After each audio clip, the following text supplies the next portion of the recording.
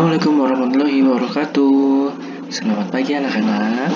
Semoga dalam keadaan sehat selalu ya. Ya, hari ini kita akan belajar tema 1, subtema 2, pembelajaran 1. Ya, lanjut ya. Pertumbuhan dan perkembangan manusia. Manusia merupakan salah satu makhluk hidup. Manusia memiliki ciri-ciri yang sama dengan makhluk hidup lainnya. Salah satu ciri manusia sebagai makhluk hidup adalah mengalami pertumbuhan dan perkembangan. Pertumbuhan manusia terjadi sejak di dalam kandungan. Setelah lahir, pertumbuhan manusia bertambah besar dari bayi hingga dewasa. Setelah dewasa, pertumbuhan manusia terhenti, namun perkembangan emosi dan pikiran manusia terus berkembang. Pertumbuhan dan perkembangan dipengaruhi beberapa faktor. Lanjut. Mari kita pelajari faktor-faktor yang memengaruhi pertumbuhan dan perkembangan manusia. Ya, itu ya, kita dulu itu masih bayi, lalu batita, ini balita, anak-anak, remaja, terus nanti dewasa. Nah, seperti itu. Ya, coba kita lihat yuk, lanjut. Perhatikan gambar Udin berikut ini. Apakah kamu dapat menemukan perubahan yang dialami Udin berdasarkan gambar tersebut? Coba kira-kira apa? Sama tidak? Dengan jawaban Pak Guru. Perubahan yang dialami Udin sejak bayi sampai saat ini adalah waktu bayi ya, digendong ya. Lalu mulai bisa merangkak, kemudian mulai latihan jalan, terus bisa jalan dan kalian sekarang udah bisa berlari ya. Seperti itu. Jelas ya, lanjut ya. Perubahan yang dialami Udin sejak bayi sampai saat ini adalah, nah kita lihat gambarnya itu sebelah kiri ada gambar anak kecil ya, si Udin sedang medot mimi susu pakai dot, yang sebelah kanannya pakai gelas minumnya ya, minum makannya juga pakai piring, pakai sendok dan garpu. Coba kita lihat jawabannya. Nah, yang sebelah kiri itu betul ya, minum susu mengendot, terus melakukan aktivitas dibantu dan diawasi orang tua. Kalau yang sebelah kanan, minum menggunakan gelas, terus makan menggunakan piring, sendok dan garpu, terus dapat melakukan aktivitas secara mandiri ya. Lanjut. Ayo menulis. Apakah kamu mengalami pertumbuhan dan perkembangan seperti Udin? Ya, jelas. Jawabannya iya ya. Cobalah mencari tahu dari orang tuamu tentang pertumbuhan dan perkembanganmu dari sejak lahir sampai saat ini. Informasi yang dapat kamu tanyakan tentang pertumbuhan dan perkembangan misalnya berat dan tinggi badan saat lahir. Selain itu, kamu juga dapat mencari informasi mengenai kemampuanmu dalam merangkak dan berjalan. Lanjut, lakukan kegiatan wawancara kepada orang tua di rumah untuk mendapatkan informasi tersebut. Tuliskan dahulu daftar pertanyaan yang ingin kamu tanyakan. Ini Pak Guru beri contoh ya. 1. Nah, kapan aku dilahirkan? Di mana tempat aku dilahirkan? Berapa berat badanku saat lahir? Berapa tinggi badanku saat lahir? Berapa usiaku saat pertama kali bisa merangkak, dan lain-lain. Ini contoh dari Pak Guru. Ini tugasnya ya. Kalian membuat daftar pertanyaan ya kepada orang tua mengenai pertumbuhan dan perkembanganmu dari mulai lahir sampai saat ini. Jelas ya? Membuat 5 pertanyaan, ditulis di buku catatan kalian ya. Nah, ditulis di buku catatan, oke? Nanti akan ada pertanyaan di pelajaran selanjutnya. Sampai sini jelas ya? Lanjut ya. Kalau yang ini Pak Guru, ini contohnya dari Pak Guru. Kalian boleh tanya yang lain boleh. Mungkin ada yang sama juga nggak apa-apa ya. Tapi lebih baik coba digali lagi. Coba kalian di rumah ya, nanti dibantu orang tua juga. Jelas ya? Lanjut. Manusia sebagai makhluk hidup mengalami pertumbuhan dan perkembangan. Bertambah berat serta tinggi badan merupakan salah satu contoh pertumbuhan. Lihat ya si gambar Edo waktu kecil hanya bisa memegang dot ya, dotnya kecil. Nah, udah besar bisa megang tempat minum yang lebih besar ya, tangannya lebih kuat ya. Kekuatan tangan manusia juga mengalami perkembangan.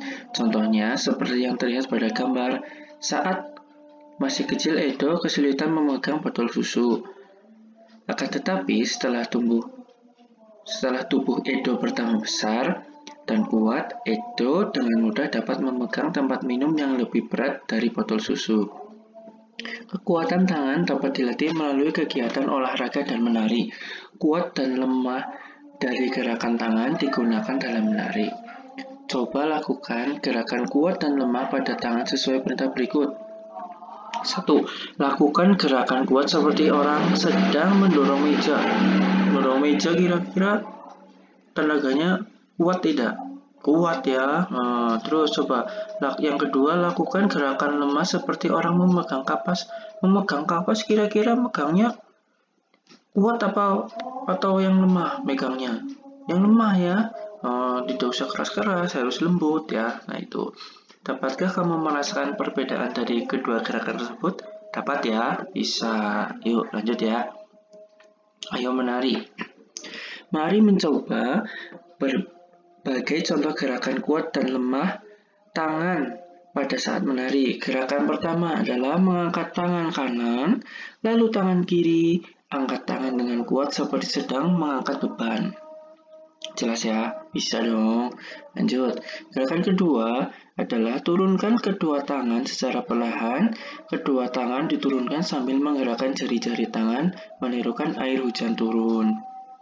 Menyambung gerakan yang tadi, terus tangan kalian turun, sambil jari-jarinya digerakkan ya.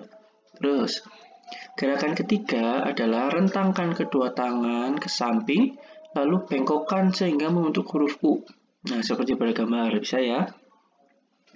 Yuk, gerakan keempat, gerakan memutar pergelangan tangan secara perlahan ya, tangannya direntangkan lagi, terus pergelangan tangannya diputar secara perlahan. Gerakan kelima, mengacungkan tangan ke depan, lalu membalikkan kedua telapak tangan dengan arah yang berbeda. Bisa ya? Terus, gerakan keenam, bertepuk tangan. Tepuk tangan dapat divariasi dari gerakan yang lemah sampai kuat. Misalnya, bertepuk dengan 2 jari, 4 jari, 6 jari, 8 jari, dan terakhir 10 jari.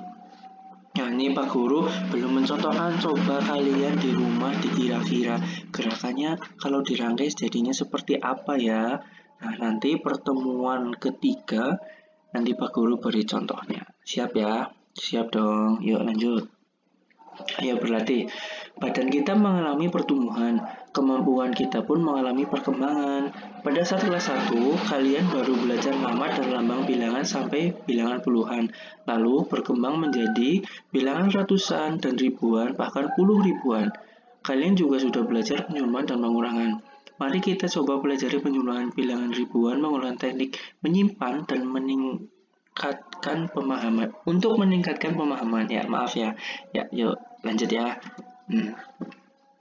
Contoh penjumlahan tanpa teknik menyimpan. Ada 2653 ditambah 3302 sama dengan, nah ini menggunakan penjumlahan bersusunnya.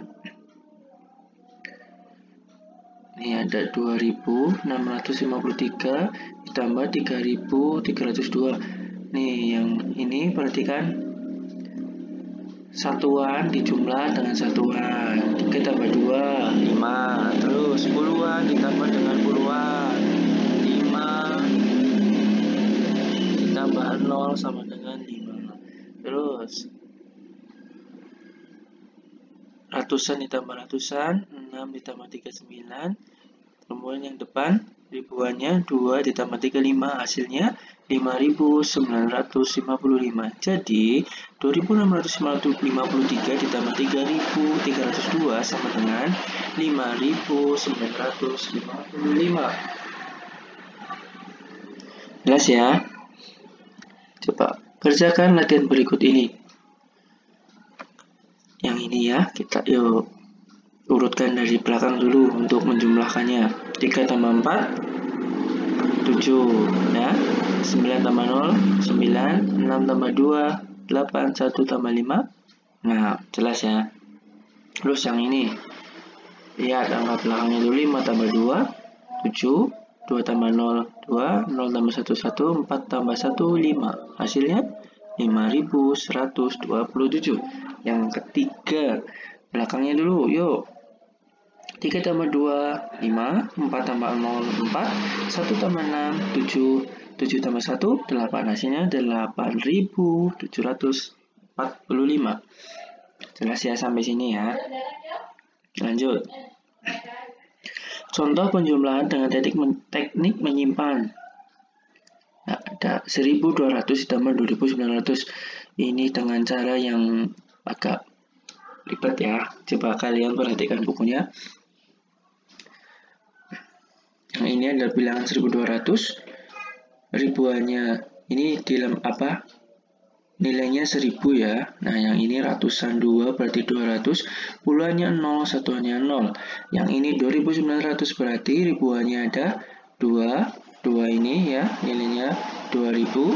Terus ratusannya ada 9 kotak. Puluhannya 0, satuannya 0. Kalau ini 0 semua berarti udah tinggal nanti belakangnya pasti 0. Tinggal kita hitung yang ratusan. Ini ratusannya ada 2, yang ini ada 9. Berarti yang 9 ini digabung dengan yang 1 dulu ini. Nah, ya, jelas sampai sini. Lalu kita turunkan. Nah, ini. Nah, yang 9 ini jadi di sini ada 10. Yang ratusan ini 1 ke sini, ya. Ini nilainya 100, ini 1000, ya. Kalau yang ini ribuannya 1, 2, 3 turun ke sini, ya. Sampai sini dulu jelas. Nah, setelah itu kelanjutannya, nah ini kan sudah ada ratusan 1 pindah ke sini 100 ini ya. Ini kan ada tadi 9 ditambah 1 ya, ratusannya berarti ada 1000. 1000-nya otomatis gabung ke kolom yang 1000, pindah sini set. Nah ya, terus turun sini 4, jadinya 4100 gitu. Ya agak ribet ya. Nah ini untuk pemahaman saja, kita cari cara yang umum digunakan ya, yang lebih mudah yang ini. Nah, cara lainnya.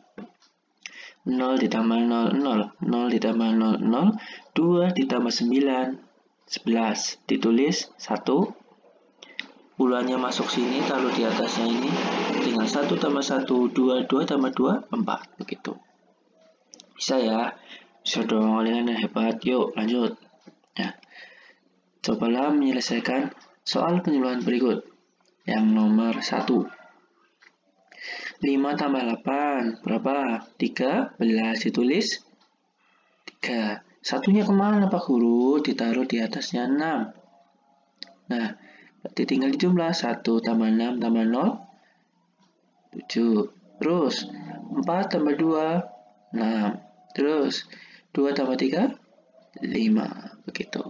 Hasilnya 5673.